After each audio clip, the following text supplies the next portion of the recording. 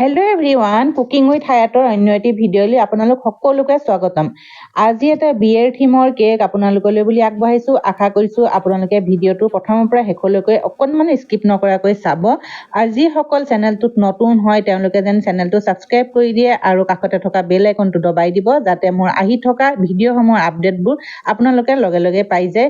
আৰু ভিডিঅ'টো like, comment আৰু শ্বেয়াৰ কৰিবলৈ নাপাহৰিব।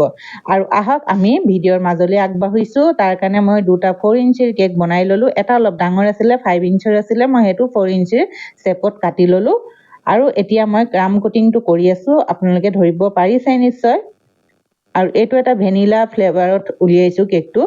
আৰু তল কেক হ'ব, যিহেতু এইটো বিয়েৰ থিম হয়, গতিকে তাৰ লুকটো ৰিয়েল নিচিনা লাগিবৰ কাৰণে অকণমান আমি কেকটো তল কেক বনাব লাগিব। আৰু সেয়েহে মই এইটো ওখকেই বনাইছোঁ বাৰু কেকটো। এয়া চাওকচোন। আৰু কেকটো মোৰ 1 কেজিত হৈছেগৈ।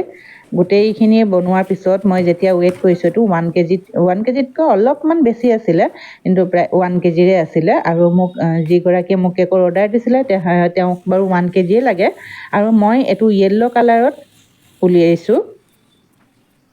আপোনালোকে য়েল্ল' জেল কালাৰ দি ক্ৰীমখিনি মাৰি দিব, ব্লেণ্ড কৰি ল'ব।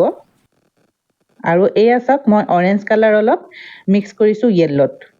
আৰু যিহেতু তাৰ লুকটো আনিবৰ কাৰণে এয়া মই ধুনীয়াকৈ অৰেঞ্জ কালাৰটো তাৰ ওপৰত লগাই দিছোঁ, যাতে আমি তাৰ ৰিয়েল লুকছ এটা আনিবলৈ পাৰোঁ।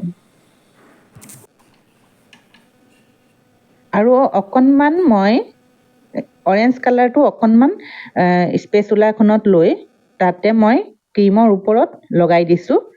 আৰু এইটো হৈছে মাগটোৰ, যিটো বিয়েৰৰ মাগ হয়, মাগৰ হেণ্ডেলটো। আৰু হেণ্ডেলত মই চিলভাৰ কালাৰটো লগাই দিছোঁ। ইভাপৰেক্স দি আপোনালোকে চিলভাৰ কালাৰটো মিক্স কৰি ল'ব।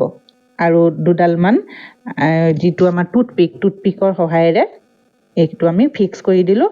আৰু ওপৰত মই এয়া ৰেণ্ডমলি দি দিলে হ'ল, পাইপিং বেগত ক্ৰীম ভৰাই যেনে তেনে এইখিনি দি দিলে হয়। ইয়াৰ কাৰণে আমি একো নজলৰ দৰকাৰ নাই বাৰু,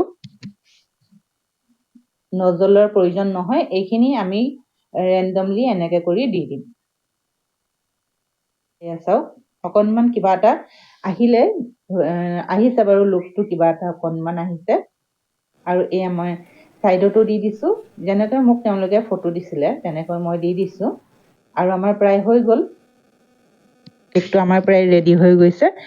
আৰু ইয়াতে অকণমানি এটা ষ্টিকাৰটো মই ফণ্ডেণ্টত লগাই দিছোঁ।